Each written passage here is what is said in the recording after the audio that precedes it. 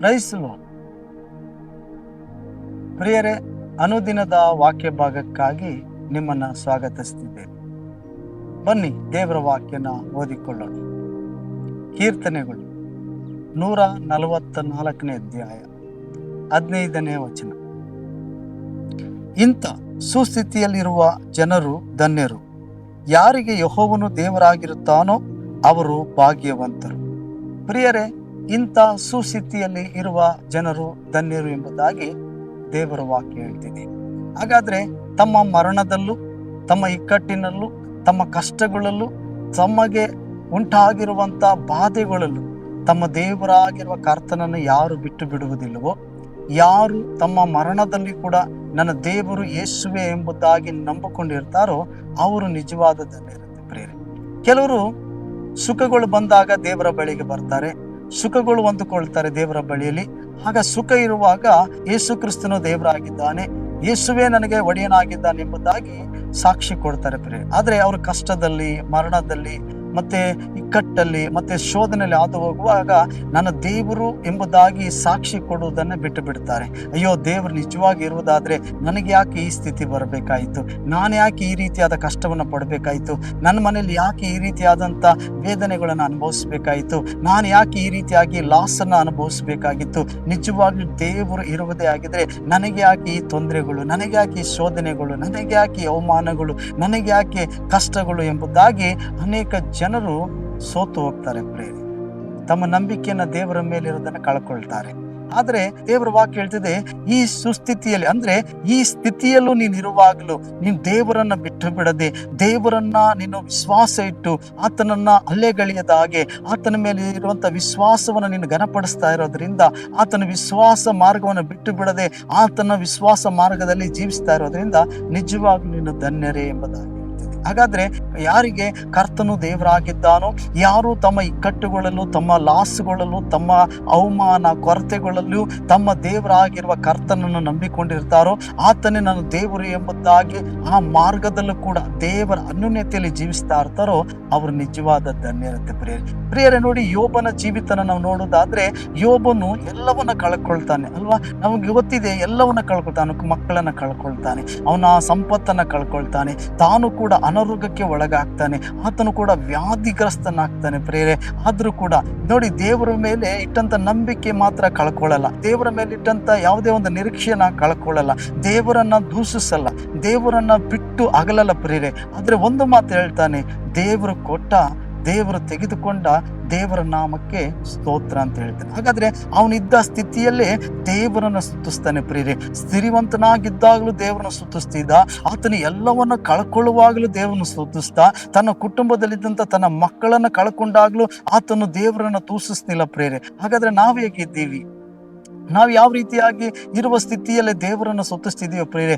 ಕಷ್ಟ ಆಗಿರ್ಬೋದು, ಕೊರತೆ ಆಗಿರ್ಬೋದು, ಅವಮಾನಗಳಾಗಿರ್ಬೋದು, ಅಥವಾ ಮರಣದ ಮಾರ್ಗಗಳನ್ನ ಹಾದು ಹೋಗ್ತಾ ಇರ್ಬೋದು, ಅಥವಾ ನಮ್ಮಲ್ಲಿ ಯಾರೋ ಒಬ್ಬರು ಮರಣಿಸಿರ್ಬೋದು. ಇಂಥ ಮಾರ್ಗಗಳಲ್ಲಿ ನಮ್ಮ ದೇವರ ಮೇಲೆ ಇದ್ದಂಥ ನಂಬಿಕೆ ನಾವು ಕಳ್ಕೊಳ್ಳದೆ, ಆತನ ಮೇಲೆ ಬೇಜಾರಾಗದೆ ನಾವು ದೇವರ ಮಕ್ಕಳಾಗಿ ದೇವರನ್ನ ಸ್ತುತಿಸ್ತಾ ಇದ್ದೀವ ಯೋಬನ ರೀತಿಯಲ್ಲಿ, ಅಥವಾ ನಾವು ದೇವರನ್ನ ಗುಣಗುಟ್ಟುತ್ತಿದ್ದೀವ ಪ್ರೇರೆ? ದೇವರನ್ನ ನಾವು ಬಿಟ್ಟು ಹಿಂಜರಿಯುವವರಾಗಿದ್ದೀವ, ಅಥವಾ ದೇವರ ಮೇಲಿರುವಂಥ ವಿಶ್ವಾಸವನ್ನು ನಾವು ಕಳ್ಕೊಳ್ಳೋರಾಗಿದ್ದೀವ ಪ್ರೇರೆ?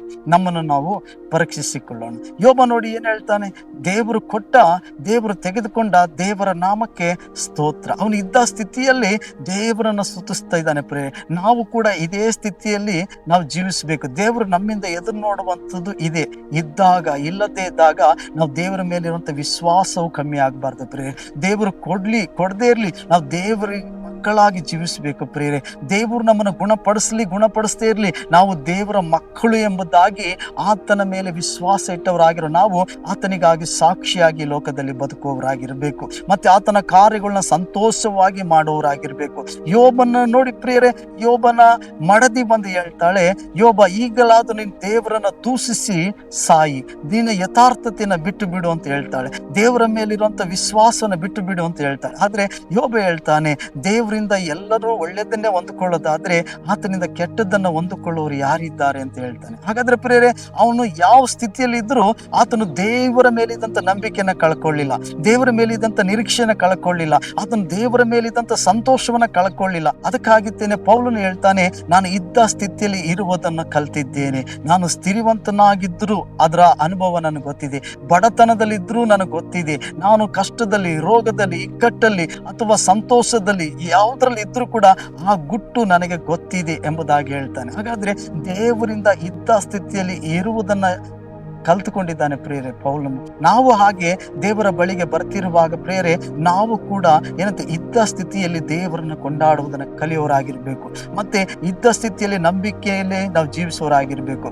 ನಷ್ಟವಾಗಿರ್ಬೋದು, ತೊಂದರೆ ಆಗಿರ್ಬೋದು, ಅವಮಾನ ಆಗಿರ್ಬೋದು, ಅಥವಾ ಪ್ರಯಾಸವಾಗಿರ್ಬೋದು, ಕಣ್ಣೀರಾಗಿರ್ಬೋದು, ಅಥವಾ ಸಂತೋಷ ಆಗಿರ್ಬೋದು, ಮೇಲಾಗಿರ್ಬೋದು, ಆಶೀರ್ವಾದ ಆಗಿರ್ಬೋದು, ಕೊರತೆಗಳು ನೀಗಿರ್ಬೋದು, ಅಥವಾ ನಮಗೆ ಸುಖ ಸಮಾಧಾನ ಉಂಟಾಗಿರ್ಬೋದು. ಪ್ರಿಯರೇ, ಯಾವ ಸ್ಥಿತಿಯಲ್ಲಿ ಇದ್ರೂ ಇದ್ದ ಸ್ಥಿತಿಯಲ್ಲಿ ನಾವು ದೇವರನ್ನು ಒಂದೇ ರೀತಿಯಲ್ಲಿ ಮಹಿಮೆ ಪಡಿಸೋರಾಗಿ ಕಂಡು ಬರಬೇಕು ಪ್ರಿಯರೇ. ಇದು ದೇವರು ನಮ್ಮಿಂದ ಎದುರು ನೋಡುವನಾಗಿದ್ದಾನೆ. ಹಾಗಾದ್ರೆ ನೀವು ಇದ್ದ ಸ್ಥಿತಿಯಲ್ಲೇ ದೇವರನ್ನು ಮಹಿಮೆ ಪಡಿಸೋರಾಗಿದ್ದೀರಾ? ಹಾಗಾದ್ರೆ ವೇಳೆ ಅನುಕೂಲ ಇದ್ದಾಗ, ನಿಮಗೆ ಸ್ಥಿತಿ ಬಂದಾಗ ಮಾತ್ರ ದೇವರನ್ನು ಸ್ತುತಿಸಿ, ಕಷ್ಟ ಸಂಕಟಗಳು ನೋವುಗಳು ಬರುವಾಗ, ನಿಂದೆಗಳು ಬರುವಾಗ ಯೇಸುವನ್ನು ಅಲೆಗಳೆದು ಯೇಸುವನ್ನು ಬಿಟ್ಟು ಹೋಗುವವರಾಗಿದ್ದೀರಾ ಪ್ರಿಯರೇ?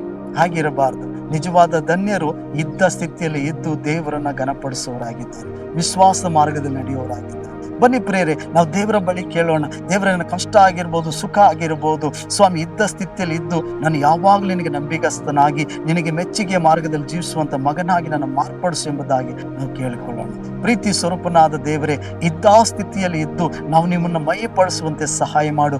ಸಿರಿತನವಾಗಿರ್ಬೋದು, ಬಡತನ ಆಗಿರ್ಬೋದು, ಹೋರಾಟ ಆಗಿರ್ಬೋದು, ಆರೋಗ್ಯ ಆಗಿರ್ಬೋದು, ಸ್ವಾಮಿ ರೋಗವಾಗಿರ್ಬೋದು, ನಷ್ಟವಾಗಿರ್ಬೋದು, ಲಾಭವಾಗಿರ್ಬೋದು, ನಿನ್ನನ್ನು ಬಿಟ್ಟು ಬಿಡದಂತೆ ಕರ್ತನೆ, ನಿನ್ನನ್ನು ಹಲ್ಲೆಗಳೆಯದ ಹಾಗೆ ನಾವು ಕೂಡ ಯೋಬನ ಹಾಗೆ ಸ್ವಾಮಿ ನಿತ್ಯವೂ ಕರ್ತನ ನಿನ್ನನ್ನು ಸೇವಿಸ್ತಾ ಕರ್ತ ನಿತ್ಯವೂ ನಿನ್ನ ಕೊಂಡಾಡುವ ಮಕ್ಕಳಾಗಿ ಮಾರ್ಪಡಿಸು. ಇದ್ದ ಸ್ಥಿತಿಯಲ್ಲಿ ಯಾವಾಗಲೂ ಕೂಡ ಕರ್ತನೆ, ಹೌದು ನಾವು ಒಂದೇ ರೀತಿಯಲ್ಲಿ ಇದ್ದು ನಿನ್ನನ್ನು ಕರ್ತನೆ ನಿನಗೆ ಮೆಚ್ಚುಗೆಯಾದ ಮಕ್ಕಳಾಗಿ ನಂಬಿಗಸ್ತರಾಗಿ ಜೀವಿಸುವಂತೆ ಈ ಲೋಕದಲ್ಲಿ ನಮಗೆ ಸಹಾಯ ಮಾಡು ಕರ್ತನೆ. ಪ್ರತಿಯೊಬ್ಬೊಬ್ಬರನ್ನ ಬಲಪಡಿಸು, ಮುನ್ನಡೆಸು. ಯೇಸುವಿನ ನಾಮದಲ್ಲಿ ಬೇಡ್ತೀನಿ ತಂದೆ, ಆಮೆನ್. Price lord. ದೇವರು ನಿಮ್ಮನ್ನು ಆಶೀರ್ವದಿಸಲಿ.